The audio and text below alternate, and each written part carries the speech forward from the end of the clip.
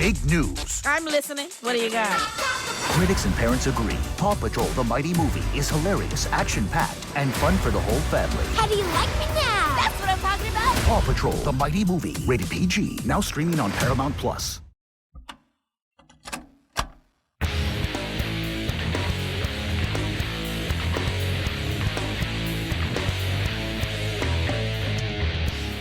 Welcome to My Weekly Mixtape, a podcast that takes the classic mixtape approach to building a modern playlist.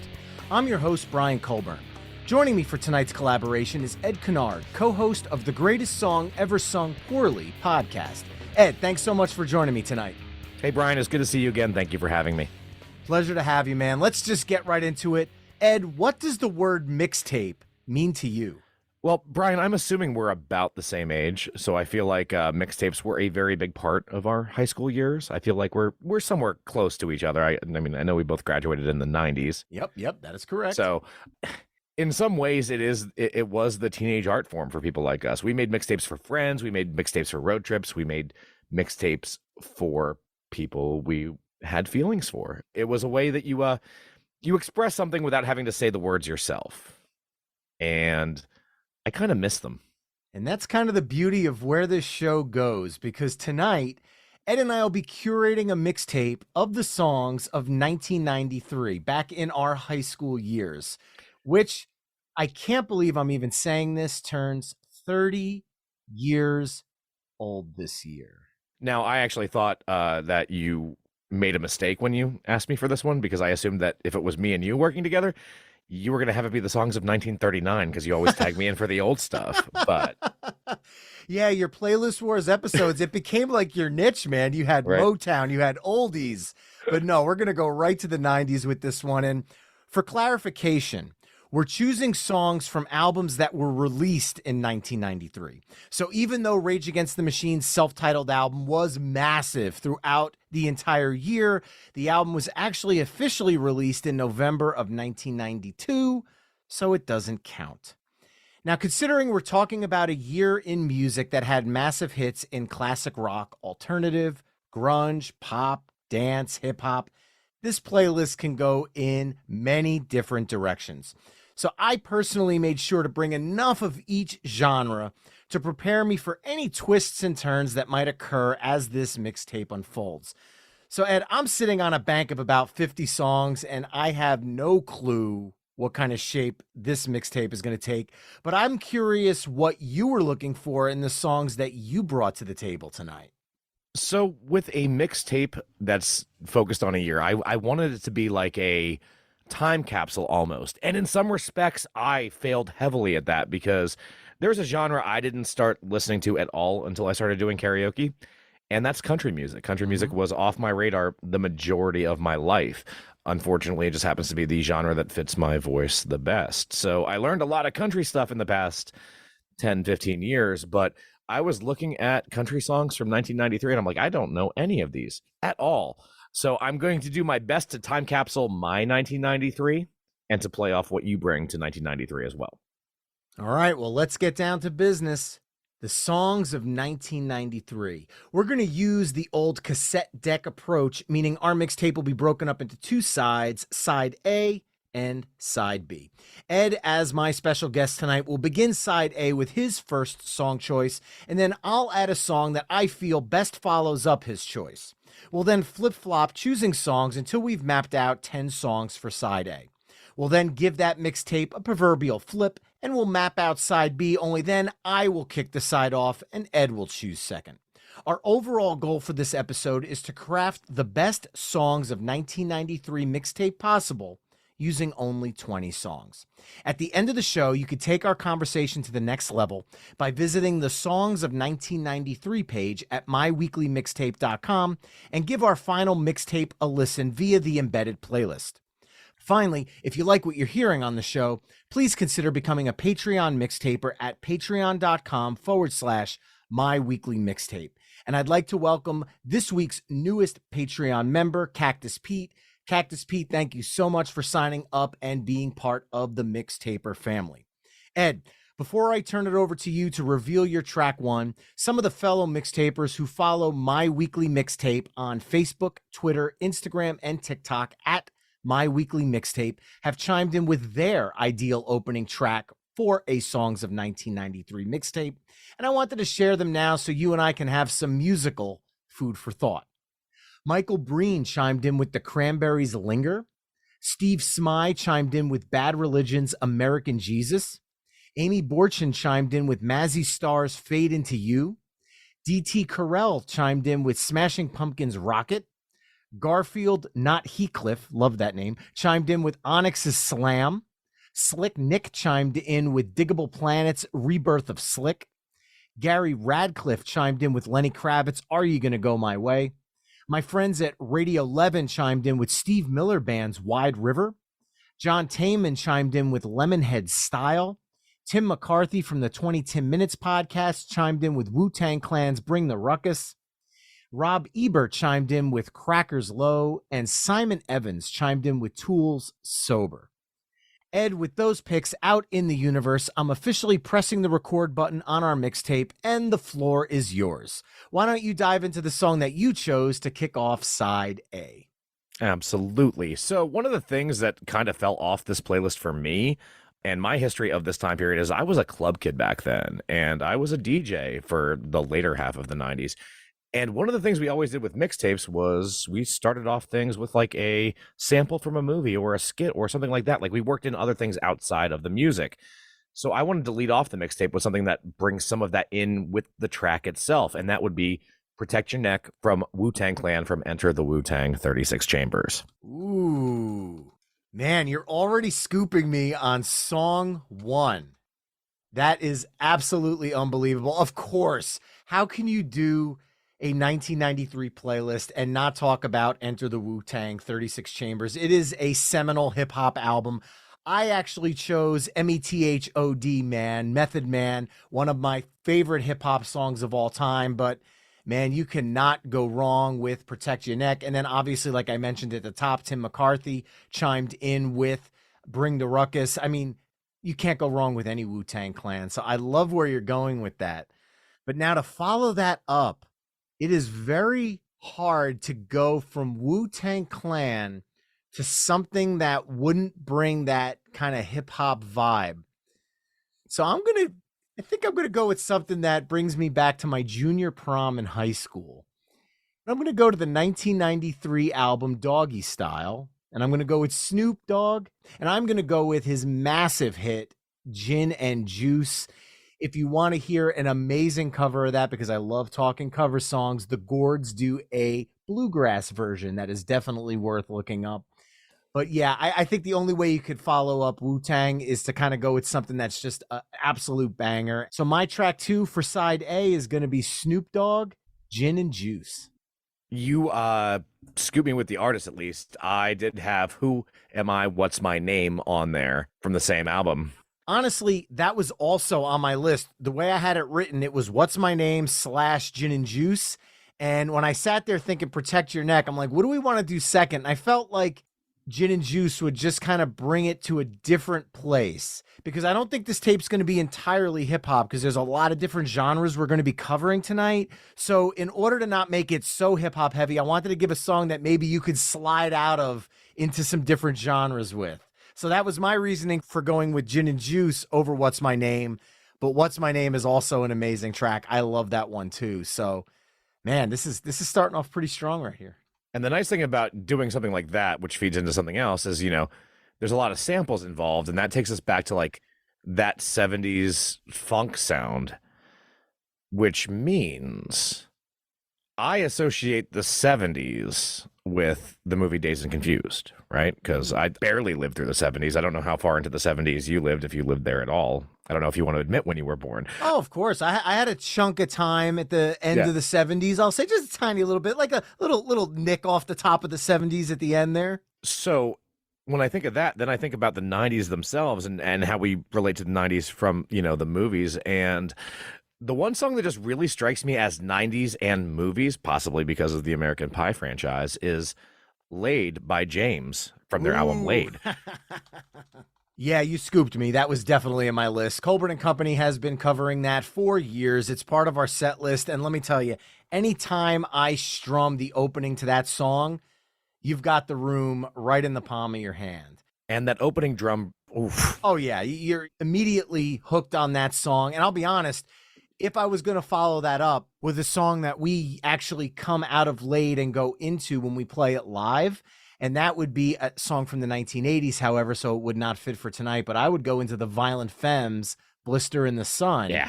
But James Lade, I also want to give a shout out to Matt Nathanson's cover of it that was featured in the American Wedding soundtrack, an amazing cover. They almost sound exactly the same, but Matt brings just enough of his originality to it to make it a really, really cool cover. And now coming out of that, man, I really, really, really want to go into Violent Femmes, but I can't. So all I'm going to do is I'm going to flip the playlist on its ear just a little bit. And I'm going to bring in one of the ladies of the 90s. And this one is one of those songs, the first time I heard it, because I'm a bass player, I immediately was hooked. And I'm like, who is this? I need this song in my collection right now. And I'm going from the album Last Splash. I am going with The Breeders and Cannonball. That is pound for pound my most underrated grunge song of the 90s. And I bring that up all the time. That was on my list. You scoop me. I love that song. Ugh. It's such a good tune. See, now we're coming out of hip hop. We're kind of going into 90s rock. Look, this is a snapshot in time. No matter how hard we try, kind of weaving this playlist is going to be impossible because it's a year's worth of songs that kind of cover a ton of different genres. But so far, I think we've kind of done twofers here. So I'll be curious to see where you head with this. Yeah. I would be remiss if I didn't bring some kind of like hipster deep cut to something like this. And I've got the follow-up to that. Also from 1993, just not, a big radio hit in any way, shape, or form, but from Ani DeFranco's album Puddle Dive, Names and Dates and Times. It's got her signature, staccato guitar riffs. It's got a nice and sadly relevant topic, and it's a bop. Yeah, there's something about her music that is just ingrained in the 90s. How she wasn't massive is absolutely beyond me. I mean, she is respected amongst so many genres and so many artists, and she is so important to music. However, I don't feel like she got the mainstream success that would normally come with that. And I feel like a lot of singer-songwriters in the last 20 years owe their career to somebody like Ani. So it's very surprising that she wasn't much more massive than she was. But now coming out of that, okay, I think I got it. When I pitched this idea, I threw an album out there and everybody chimed in with a different song. So there's no way I'm going to pick the right song for this one, but coming out of Ani, I think I've got it. And I'm going to go with the massive 1993 album, August and Everything After. And I'm going to go with the Counting Crows, and I'm going to go with Round Here. Coming out of Ani DeFranco is going to be a challenge. And the only way to really do it right is to kind of take you down a little bit and then ease you back in.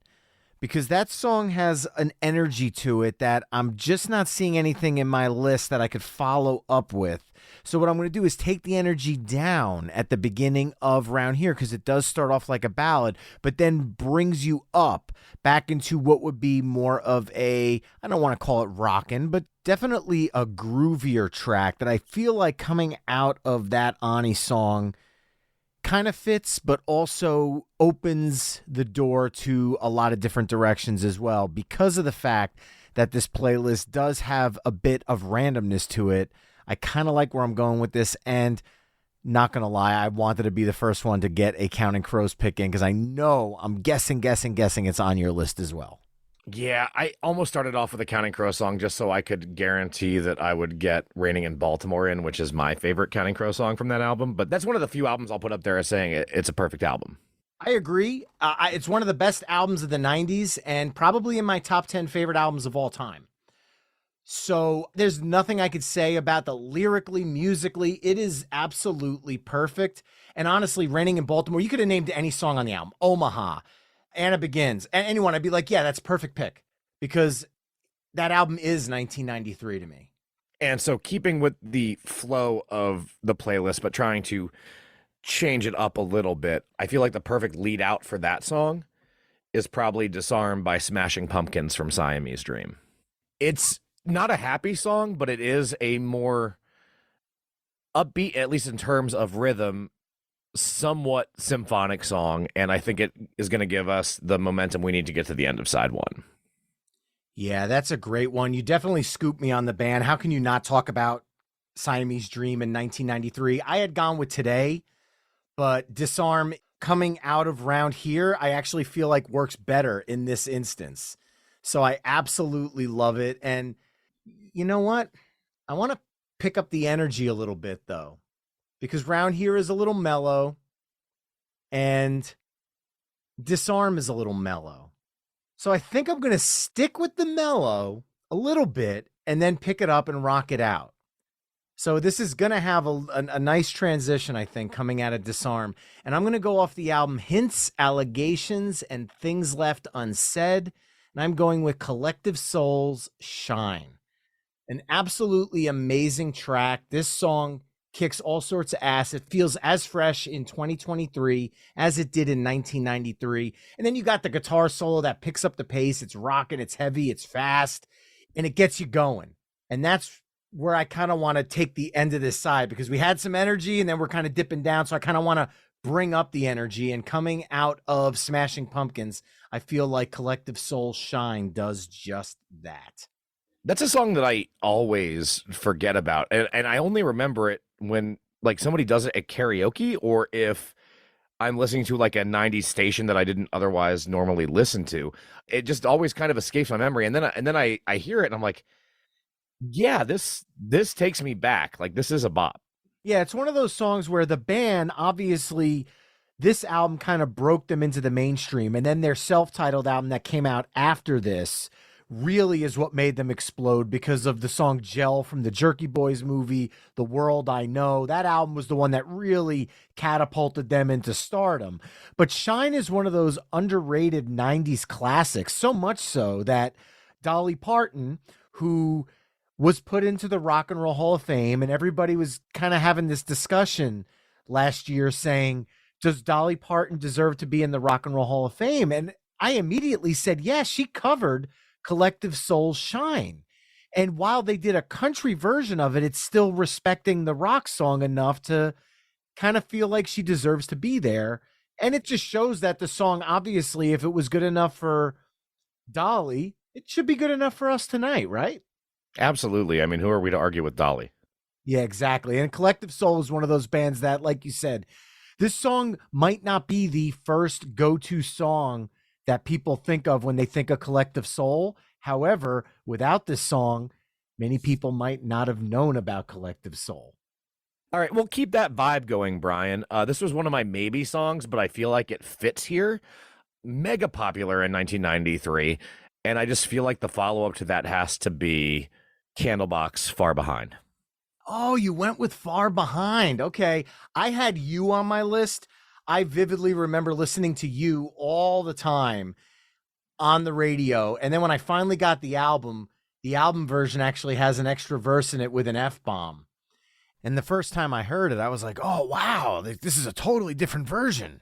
Then if you fast forward all the way through college and into my early 20s, the night that I met my wife, my buddy and I were driving up to the venue to go hang out. It was a dance club. And as we're driving up, we had the radio on up in New Hampshire, and they played Candlebox Is You. And sure enough, they played the uncensored version. I'll never forget that moment, because the two of us looked at each other and were like, someone's getting fired tonight. But I love that song. I love Far Behind too. My old cover band used to cover it. It's a classic tune. And it's slow. It's slow, but it's yelly. Yeah. I want to end the side with something big, but something that is a little bit left field, just for fun. because this playlist is random and I kind of want to be random right now. So this song in no universe should come after Far Behind, but I honestly don't see any other place that it would fit, and I don't think there'll be any place on side B where it'll fit. So I can't even say it with a straight face. I am going to close side A with Green Jello, Three Little Pigs from the Serial Killer soundtrack.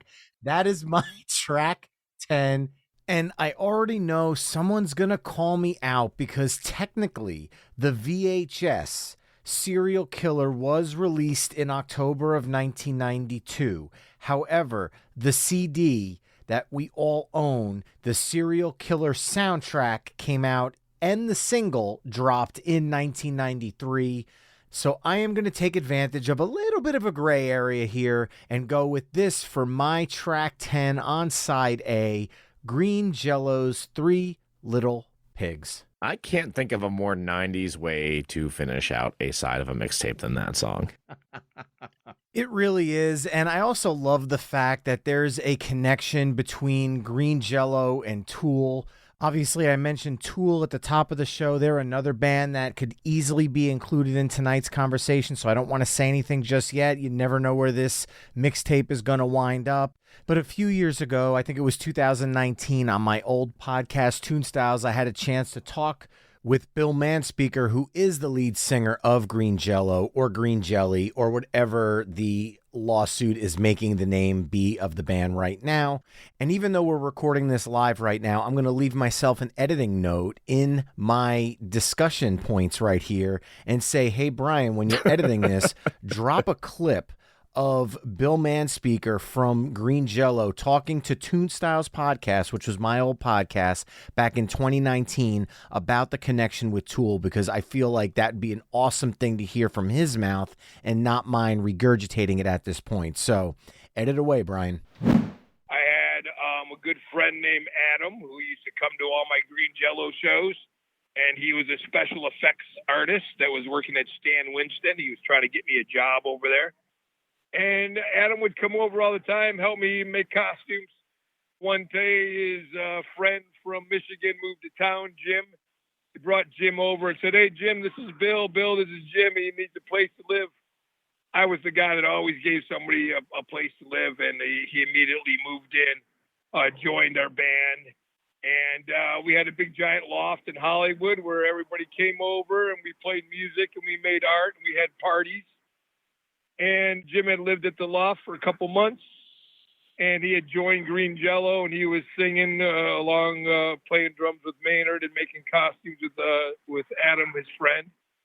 And one day I came home with this check for $60,000 from a record company, and Maynard and Adam were home at the loft, and they immediately said, hey, let's start our own band.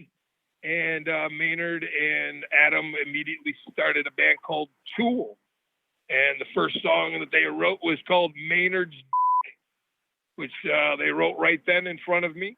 And I was going to throw a big party with all the money that I made. And Maynard said, okay, can my band play at the party? I said, you don't have a band.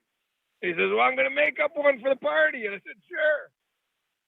So we got Danny to play drums, and this guy, Paul Demore, was over playing video games, and he got him to play bass.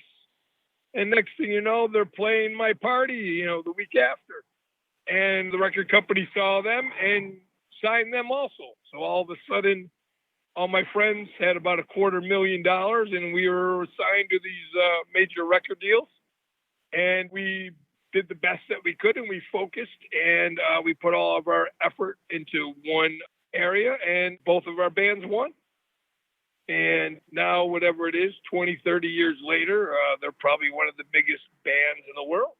Also, if you go back to the beginnings of Tool, didn't they record their debut EP at your loft or your apartment? Yes, at the Green Jello Loft, the live songs for Opiate were recorded there on New Year's Eve. In fact, all those songs off of Opiate and Undertow were all written at the Green Jello Loft during a period of time where we all lived together. So I know what most of the songs are talking about and who they're based upon. and pretty much the third record too, but that was kind of broken up into a little piece that was wrote. But yeah, all those songs, those beginning Tool songs, were all written at the Green Jello Loft, all with the same group amount of people. And then the last fact that the Green Jello fans obviously know, but the average music listener might not. Maynard plays a role in Three Little Pigs. Yes, he sings the "Not by the Hair of My Chinny Chin Chin" part. It was Maynard's first gold record of probably about 20 now. So it was his first official hit was Three Little Pigs that he sang on. The guy who sings in the greatest band in the world is also the singer in the worst band in the world. And we're back. So as long as I remembered to drop that Green Jello clip in, we're good. If not, feel free to call me out at myweeklymixtape@gmail.com.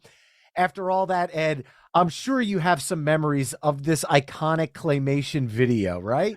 I do. And the thing is, like, I'm oddly terrified of claymation. I don't know if I've ever mentioned that to you before, but like Wallace and Gromit makes me very uncomfortable. This video makes me very uncomfortable. I don't know why. But yeah, this was such a weird song to go so big for as long as it did, right? Yeah. Like this is some Dr. Demento level stuff that ended up being kind of big. And he kind of prides himself on Green Jello being the world's worst band. And they're also in the Guinness Book of World Records for being the world's largest band. And at the end of that interview, we were just shooting the breeze with him. And I said, so like, what does it take to get in Green Jello? And he's like, what do you mean? What does it take? You two are in. So apparently I could technically say my band's song Three Little Pigs because he just kind of threw us in the band. I don't know if we're technically, he might have kicked us out though. I don't know if it really counts. Who would kick you out? Who would kick you out? Well, there you have it, folks. Side A of an extremely random mixtape here. And that consists of Wu-Tang Clan's Protect Your Neck, Snoop Dogg's Gin and Juice, James Lade, The Breeders' Cannonball, Ani DeFranco's Names, Dates, and Times, Counting Crows, Round Here, Smashing Pumpkins, Disarm, Collective Souls, Shine, Candlebox's Far Behind, and Green Jello, Three Little Pigs. Whew, I can't wait to see where side B goes with this one. Head over to myweeklymixtape.com to hear all the songs we are discussing in this mix through the playlist embedded on the episode page.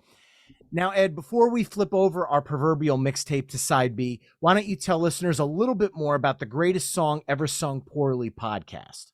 Well, thank you, Brian. I am one half of the Greatest Song Ever Sung Poorly, the podcast that takes karaoke exactly as seriously as it should be taken. We are on a bit of a break right now, but season 3 should be starting this spring. We talk to people who love karaoke and we talk about karaoke, and we sing some very bad karaoke along the way. Well, speaking from somebody who spent many a nights in a karaoke bar, you guys really, truly capture that essence on the show. And I can't wait to talk some karaoke jams with you sometime, man. We're going to have you on the show. And, our back catalog is there at sungpoorly.com, as well as everything else about the show. Awesome. Well, now it is time. I am pressing record on side B. And I am going to kick off side B. I'm going to make this a 90-minute tape, maybe even 120 minutes by the time we're done with this one. I am kicking off with the most grandiose single that 1993 had to offer, a single so large that the radio edit was 7 minutes and something seconds long. I am going with Bat Outta Hell 2, Back from Hell, Meatloaf, I Would Do Anything for Love, but I Won't Do That. This song is absolutely amazing, one of my favorite Meatloaf songs of all time. And let's be honest, when I was in high school, Meatloaf was considered our parents' music. And somehow this song jumped him into our generation and made him a household name through our generation. So the ability to do that, him and Jim Steinman writing this song that crossed generations, there's not many artists that could do that. And Meatloaf was being played all over MTV alongside of a lot of different bands. And this song is just so amazing. I love the dual vocals at the end, which kind of call back to Paradise by the Dashboard Light, but in maybe a sequel-esque sense. So yeah, my track 1 on side B, Meatloaf. I would do anything for love, but I won't do that. Absolutely scooped. No question. That song was on my list. And it still boggles my mind that people don't know what that is when it's so clearly laid out in the song. Screwing around. Yes, That's I won't do literally, that. she like, Yeah. she, they could have dubbed it in a different voice. It could have been like, sooner lady be screwing around. And then people might have gotten it at that point. Maybe they have to do that version. Maybe they do. So to keep with that spirit, I want something that is kind of big and bombastic sounding. And the only follow-up that I can think that I have that follows that up correctly is Are You Gonna Go My Way by Lenny Kravitz. Yes. Which is also one of my former go-to karaoke songs. I love doing that song. I love belting that out. It's just such a fun rock song, and I forget about it sometimes, but with 1993, it's right there at the forefront. Absolutely. I love this song. It's so much fun to play. Obviously, the guitar riff is fun, and everyone knows the guitar riff. But if you listen to the bass line underneath, it's so fun and so funky. I loved covering that song. Anytime I'm in a band where I'm playing bass and they're like, do you want, oh my God, yes. Because there's the little bass solo right leading into the guitar solo in the song. It's funky. It's got a groove to it. That song absolutely rocks. And it was one of the ones I mentioned at the top of the show. So we are hitting some of the mixtaper anthems here. And that song rocks too. So that gives me a lot of different directions I can go. And I'm going to continue to pick up the energy because the first song was theatrical in nature. Let's be honest. It's not one of those songs that's going to make the entire crowd lose control. But Are You Gonna Go My Way gets people up and moving. And now I'm going to turn that into a 1993 mosh pit. Because in 1993, people would mosh to anything, really. But this song deserved it. And I'm going to go with the opening track from Pearl Jam's Verses. And I'm going to go with Go for my track 2. The drum beat instantly sends people into a frenzy. The song is manic. It's seriously one of the best Pearl Jam songs out there. I feel like I might have missed the mark not starting side 2 with Go because of the obvious nature of it. And I love that kind of tongue-in-cheek part, but I wanted to start big. And because you brought the energy up, I found a perfect opportunity to put this one back in there. So Pearl Jam's Go for track 3. It's such a great choice. And that was a great album. And I had such a hard time picking anything from that album that it actually escaped my list. So you actually did not scoop me with Pearl Jam, which I'm surprised. Like, I am surprised that Pearl Jam did not make any of my possible choices here. And following that up is a tough one. But I was recently reminded of a song doing live band karaoke in Pittsburgh. A song I had never done before, but a song that I think fits with that sound and that I was surprised to know was from 1993, which is Good by Better Than Ezra off their album Deluxe. All right. Great pick. Great pick, man. So did I ever tell you my theory of the perfect karaoke song, Brian? No, you have not. And I have a feeling we're going to find out now. Yeah.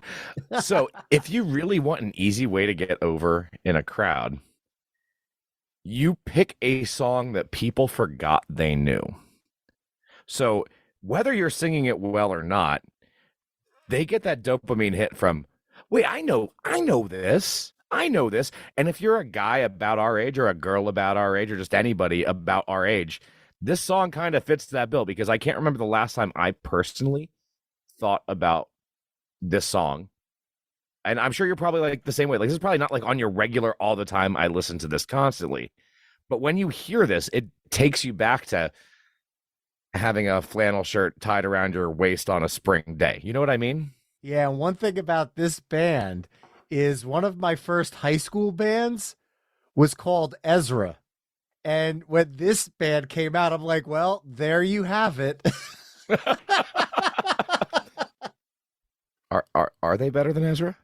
Oh, they were better than Ezra. It was not just a clever name. But it's such a feel-good song. And like, again, it's just one of those things. Like, this very much just captures the 90s in a way that I can't describe. Absolutely love that one. That is one of the two songs that Colburn and Company starts off every single show with since we've started. We actually start with When I Come Around from Green Day, tuned up a half step so that it's in G, because when it is tuned up a half step, it is the exact same chord progression as Better Than Ezra's Good. So we mash them into a melody to start the night. It is such a fun song to sing. It is such a fun song to play. And like you said, it gives people that, ooh, I remember that one at the beginning of the night. So hopefully we can kind of bring them in for a fun evening of live music when we're playing out. Yeah. Better Than Ezra is one of those underrated pop bands. They wrote so many great songs. When you think about Extraordinary, Closer, Misunderstood, this was a great band, very underrated. So I love that they're getting included in this conversation tonight. But coming out of it is going to be tough because I don't necessarily want to stick with too much pop rock. But I feel like coming out of that, I think I know where I'm going to go. And I'm going to go back to a female artist this time because I feel like we need to represent it. And I'm going to go with a song from the massive smash hit Tuesday Night Music Club. And I'm going to go with Sheryl Crow's Run Baby Run. I'm not going to go with All I Want to Do because that just seemed a little too on the nose for me. And if I'm being perfectly honest, Run Baby Run always gives me goosebumps to this day. And you know what? Bringing it down a little bit before we bring it back up for the end, I feel like it's a perfect opportunity. And this song is absolutely amazing. So track 5 for me is Sheryl Crow's Run Baby Run. Well, yeah, scoop me on the artist. I had 3 songs of hers. Nice. As you can imagine, you can probably imagine which ones they were. Obviously, All I Want to Do, Leaving Las Vegas, and Strong Enough were on my list. Honestly, Ed, any one of those songs from Tuesday Night Music Club would be perfect here. This album is one that, again, it stands the test of time. I put this album along with Counting Crows, August, and everything after, where even though they're distinctly 1993 albums, there's a timeless nature to these songs, and this album still sounds fresh, and it still sounds new in modern music. And I feel like if you were to release this album today, it would still be met with the same regard as it was 30 years ago, deservedly so. And the nice thing about that song is Sheryl Crow mentions protest songs in it. That she does. Which is giving me my leaping off point to shift gears here a little bit and bring in Sound of the Police, KRS-One off Return of the Boom Bap. Ooh. So straight up, KRS is always in my top 5 MCs. Like if I ever have to make a top 5 MC list, he's going to be in there somewhere. Whether it's the stuff with Boogie Down Productions or the stuff that he did on his own later. This is one of the songs that's sadly going to be relevant probably well past our lifetimes.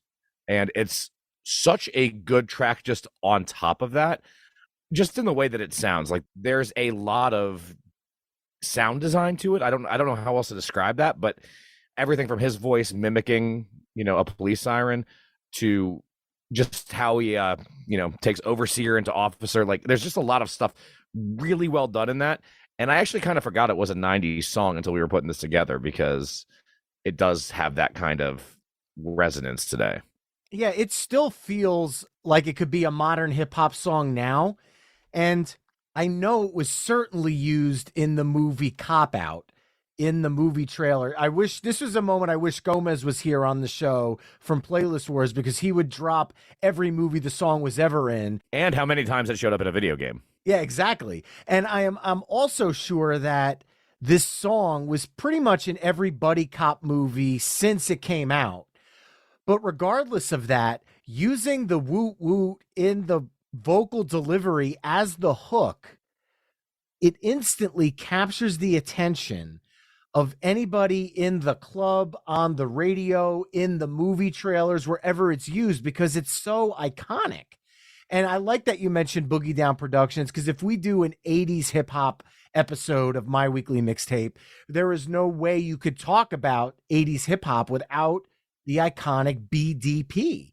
And KRS-One is an absolute legend that I feel like doesn't get included in the conversation enough when you're talking about 90s hip hop legends because of the fact that the 90s gave birth to Notorious B.I.G., Tupac, Jay-Z, Eminem, which was later in 99. A lot of the mainstays in hip hop for the last several decades came out of the 90s.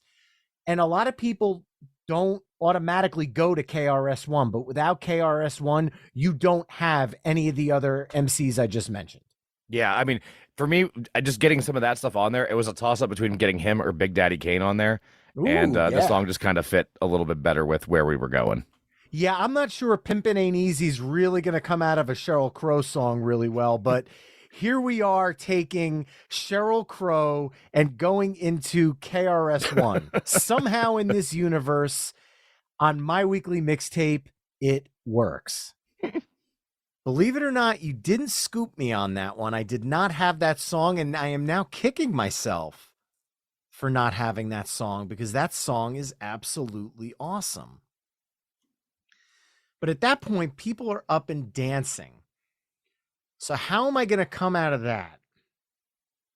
And I am going to go with something that is really going to keep people on the dance floor. And I'm going to go with one that slightly got a little bit of a hip hop vibe. Look, I've been into many clubs in the 90s where this song was played right out of a hip hop song, so I feel like it'll work here. And I just love saying the name of the album because it reminds me of Ferris Bueller. So from the album Swing Bada Swing, K7, Come Baby Come. We're going to put in some dance music here. And what better song to pick when you're thinking about a dance song than Come Baby Come? Because that song, when you think 90s dance music, it's one of the first ones that comes to mind. It makes a lot of different 90s dance lists for good reason. The song was absolutely everywhere. It was a top charting hit on Billboard. Their only really big charting hit on Billboard, I should say, because this song, while it's also on a lot of 90s dance lists, also makes a lot of one-hit wonder lists as well. And it's a shame because this song is so much fun. I don't think I've ever been to a wedding that this song hasn't been played at. It's just everywhere, and for good reason. So yeah, if I'm going to go with a dance song from 1993 coming out of KRS-One, because that definitely gets people on the dance floor, Come Baby Come by K7 is certainly going to keep them there. I love that. That song escaped my list, but man, that should have been on there. It's such a good choice. That song was everywhere. Yeah. And it still is, and especially because of Jock Jams, it became a stadium anthem that they still play now, and it still works because the song is that much fun. So thank you, 1993, for that song, because that one still holds up. See, now's the tough part. Now I gotta follow that, Brian. I gotta follow that. And that's the fun of this show. I'm not joking when I say that this show is done spontaneously on the spot. And there's no way we can do this for an entire year without feeling like we're leaving things off, which is just so much pressure at the end here. So, Brian, I think either do you a solid or just completely flip things on you and give you something that you can go almost anywhere from just because of how many different things went into the song. And it's Cantaloupe Flip Fantasia by Us Three from the album Hand on the Torch. Dude, I love it. This is one of the greatest songs of the 90s. How this was a one-hit wonder, speaking only in the U.S. here because they are a British group and they had a lot of hits outside of the U.S. How this song was really their only massive hit shocks me. I mean, it's on the Blue Note label. To me, right there, when I am in a record store and I'm flipping through CDs, I have literally bought CDs from artists I've never heard of simply because they were on Blue Note. I trust that label with my money because when it's on Blue Note, there is a standard that is reached. You immediately knew you were getting something special. And now, coming out of that, you are absolutely right. I can go in any direction. However, oh, man, I have about 6 different directions I can go here. And the one thing this list has going for it is the fact that it's consistently inconsistent because the songs are kind of all over the map.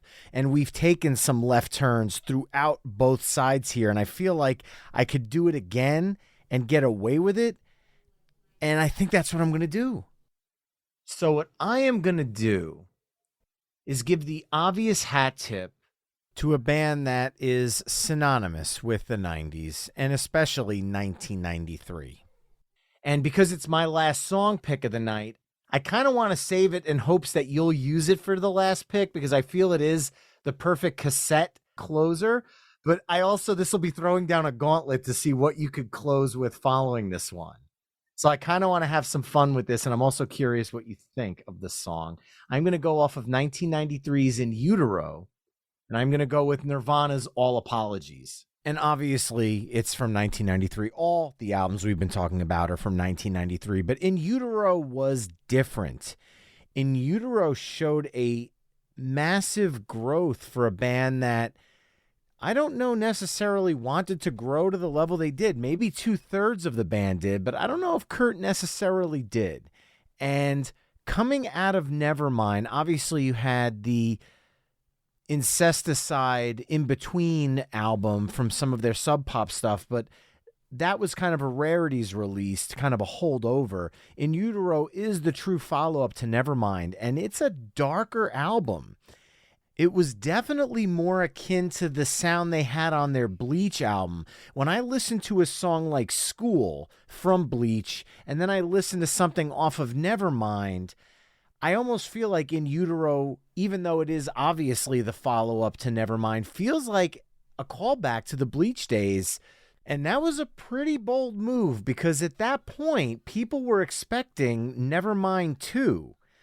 And I kind of love the fact that they did this. And obviously a lot of people did too because Heart-Shaped Box became absolutely massive. And then there's this song, certainly one of the most memorable Nirvana tracks and definitely a staple of 1993. So I'm going with Nirvana, All Apologies. Definitely Scoop Me, definitely on my list. That ended In Utero, didn't it? Wasn't that the last song on that Yes, album? it was. Yes, I it thought was. so. And it's such a good closer, and it's such a good song. And then for where I would go with that is when I think of that song and I think of Nirvana, I think of Unplugged and how big Unplugged was in the 90s. And I mean, I feel like, Brian, we made a very successful mixtape here. Like, we haven't finished it yet. We have one more song to go. But I feel like we would want to hear something live and something with clapping at the end of it. And then the first thing I think of when I think of Unplugged is 10,000 Maniacs. Because that's the first Unplug I remembered. I don't know if that was the first or if it's just the first one I remembered. So I want to end off our great night of recording this mixtape together with Because the Night, 10,000 Maniacs from Unplugged, the Patti Smith song. Absolutely love it. Bruce Springsteen obviously has his hand in that one too. That song really is such a massive part of the 90s and a really nice bookend for side B with Meatloaf's I Would Do Anything for Love because once again, 10,000 Maniacs were alternative in the 80s and they were one of those bands that kind of rode the wave into the 90s and still stayed relevant throughout the changing musical landscape. I would put 10,000 Maniacs in kind of the same boat as REM, where they were an alternative band in the 80s and was able to kind of navigate into the 90s without altering their sound in any way, maybe just kind of branching out from their norm. They never had to do a 90s album, if you get what I'm saying. They stuck to what they did, and the music kind of became what they were doing in the 90s. And to me, I think that's a huge thing. And because the night, when I think of MTV Unplugged albums, I mean, we could do an entire 90s MTV Unplugged mixtape episode. And you probably should. Yeah, we'd certainly probably should because there's so much to pick from. I'm just thinking off the top of my head, I think of the How I Told You Lately cover of Van Morrison that Rod Stewart did. And you think about All Apologies from the Nirvana one, although I went with the studio version on this mixtape. Well, you had to. Yeah, of course. That's just scratching the surface here of what Unplugged is. And yeah, that's a fantastic pick, man. I love that to close. I feel like I've done my job successfully then. And we get the clapping at the end. So we can just pretend that they're clapping for us and not Natalie Merchant. Yeah, and then it fades out and then flips back over into Wu-Tang's Protect Your Neck. So it's an interesting mix here. We covered a lot of the genres we talked about. There's no way to cover all of them. And this is one of those episodes where I'll be curious what the mixtapers out there think. Because certainly you could do a 93 mixtape and keep it all in the alternative range. But I feel like in a year episode, that's not a really good representation of the year. That's not really a time capsule. That's a segment of the time capsule. So I feel like, to be honest, there's certain moments in the mixtape where we're doing 180s, kind of coming from Gin and Juice and Delayed and Far Behind and the Three Little Pigs. But that was the way radio was in 1993. If you think about top 40 radio, it didn't have a unique 1993 sound. It was all over the map still, especially in top 40. Yeah, a lot of these broke through to that mainstream audience, even the ones that you wouldn't necessarily expect, because this is about the time that country and hip hop started to really hit those top 40 airwaves, because this is about when the SoundScan stuff started coming out, right? Like when they were starting to get stuff other than just, what people were reporting for their sales. So I remember, hearing on stations that my parents listened to, hearing Cantaloupe, like not necessarily the kind of thing that they would be listening to on their own, but it was there because it was included in that top 40. Yeah, and it's the same thing where artists like Tom Petty, who were considered 70s rock. Tom Petty reinvented himself. Obviously, everyone knows he's my favorite artist, so whatever. In the 80s, he reinvented himself for the 80s sound with Jeff Lynne, and he did it successfully. But in the 90s, he didn't really reinvent anything. He just kind of added a little bit more acoustic guitar to what he was doing when he had the Wildflowers album. Then he went a little bit heavier and darker into the late 90s with Echo and the stuff he did with Rick Rubin and The Last DJ. So, Tom Petty was one of those evolving artists. I had Mary Jane's Last Dance in my list of songs, and I'm really bummed that I didn't get a chance to include it. I was thinking about it for that 9 spot, but really, at the end of the day, All Apologies needed that. And like all mixtapes, there can always be a volume 2. Yeah, so many songs from 1993. I forgot the depth and breadth that year had until getting ready to hang out with you tonight. And that's the fun of this show, because each year you don't realize until you dig deep. Sometimes songs get blurred between the years, because I know a lot of people were probably thinking Killing in the Name by Rage Against the Machine, but that album came out in 92. And for me, that was a completely different school year, a completely different time of life. And then I was prepared to lead off with something from The Chronic, because I could have sworn it was, but it was December of 92. Yeah, and that kind of blurs the line right into the new year. So using that little bit of a rule that we have of album release year, it does kind of whittle down the choices, which there have been a lot of. But man, we covered a lot of great stuff here. Kicking off side B, we had Meatloaf, I Would Do Anything for Love, but I Won't Do That. Lenny Kravitz, Are You Gonna Go My Way? Pearl Jam's Go. Better Than Ezra's Good. Sheryl Crow's Run Baby Run. KRS-One's Sound of the Police. K7's Come Baby Come. Us Three's Cantaloupe Flip Fantasia. Nirvana's All Apologies. And closing it out, 10,000 Maniacs, Because the Night. You can always head over to myweeklymixtape.com to hear all of the songs we discussed tonight in the mix that's embedded on the episode page. Ed, before we eject our final mixtape, why don't you tell people once again where they can find the Greatest Song Ever Sung Poorly podcast if they'd like to hear more? If it's a social media, we are at Sung Poorly. If it is our webpage, it is sungpoorly.com. Available wherever you can shove podcasts into your ear holes. And I could say with some ease and with some certainty that we could do a volume 2 for the songs of 1993 and have no problem coming up with another 20 songs, another 40 songs, hell, another 60 songs. 1993 was a fantastic year in music, and we might have to have a volume 2 to add to this conversation. We might. There's so many ways we can go, Brian. So many ways, and I'm looking forward to it. Well, Ed Kennard, the Greatest Song Ever Sung Poorly podcast, thank you so much for joining me this week on My Weekly Mixtape. Hope to have you back on the show again sometime. Thanks, Brian. Remember, you can find My Weekly Mixtape on Facebook, Twitter, Instagram, and TikTok at My Weekly Mixtape. You can also head to myweeklymixtape.com to hear the music discussed on tonight's episode and to check out the full catalog of My Weekly Mixtape episodes. If you want to support the show, please consider becoming a Patreon mixtaper at patreon.com/My Weekly Mixtape. That's all for this week. Thanks again for listening, and until next time, enjoy the tunes.